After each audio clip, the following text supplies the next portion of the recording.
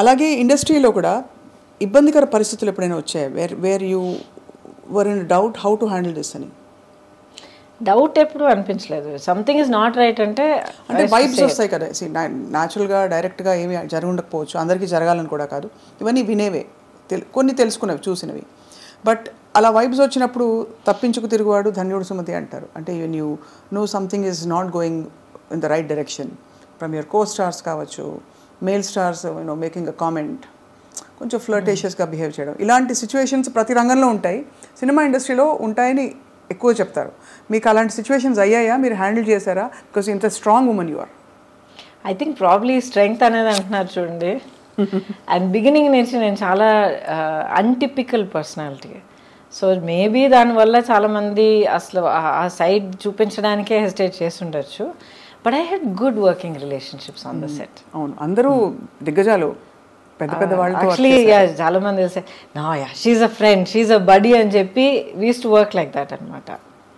So that was never a point.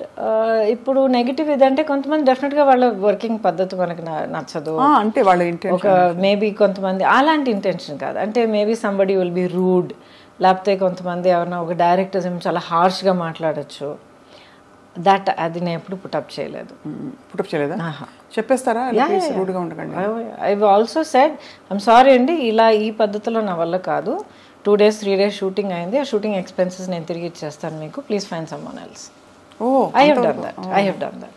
అయితే అదే better అండి, రాదర్ దెన్ ఇలా కంటిన్యూ అయ్యి మళ్ళీ ఇంకా సినిమా కమిట్ అయిన తర్వాత ప్రొడ్యూసర్గా మీకు చాలా ఇబ్బంది కలుగుతుంది, వద్దండి, నేను లేకపోయినా కూడా మీ సినిమా అవుతుంది. ఐ అప్రిషియేట్, నన్ను అసలు ఫస్ట్లో మీరు తలుచుకున్నారు, అప్రిషియేటెడ్. బట్ ఇలా ఇది మంచిది కాదండి, నాకు మంచిది కాదు, మీకు యాజ్ అ ప్రొడక్షన్ హౌస్ మంచిది కాదు. So I have left. వాళ్ళకి దిమ్మ తిరిగి మైండ్ బ్లాక్ అయి ఉంటుంది, ఇలా చెప్పేవాళ్ళు ఎవరు ఉండరు, మీకు ఎక్స్పెన్సెస్ కూడా ఇచ్చేస్తామని. I have done that. And ఇంటికి వచ్చి చెప్పేదనమాట, అమ్మాయి అంటే ఏమైంది అని అడిగేవారు అనమాట. అమ్మ దిస్ నాట్ రైట్, అమ్మ అది not right, I'm not comfortable. Okay fine, no problem. Phone చేసి మనీ రిటర్న్ చేసేసి ఎక్స్పెన్సెస్ చేశారు. అండ్ ప్రస్తుతం of course you won't want to name them. మంచిది వాళ్ళు ఉండే, అవునులేండి, గత అయిపోయింది పెద్దవాళ్ళు. కానీ ఇవన్నీ అంటే మీలోని మీ విలువల్ని, ఆ తర్వాత మీ ఇన్నర్ స్ట్రెంగ్త్ని, మీ పర్సనాలిటీని ప్రపంచానికి పరిచయం చేసే ప్రయత్నం తప్ప ఏదో ఒక అడుగు దాటి అడగాలని కాదు.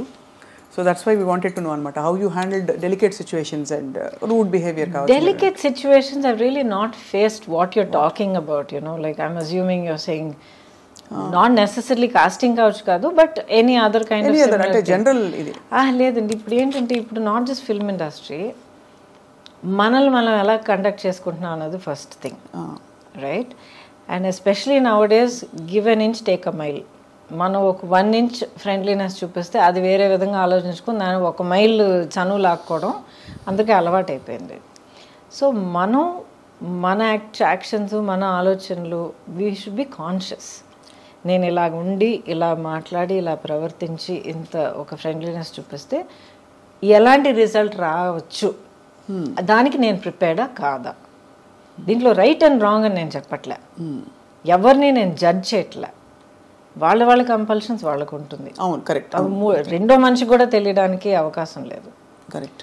But you first have to be clear. ఇలాంటి ఒక రిజల్ట్ దానివల్ల కలిగితే can I handle it, do I want to handle it?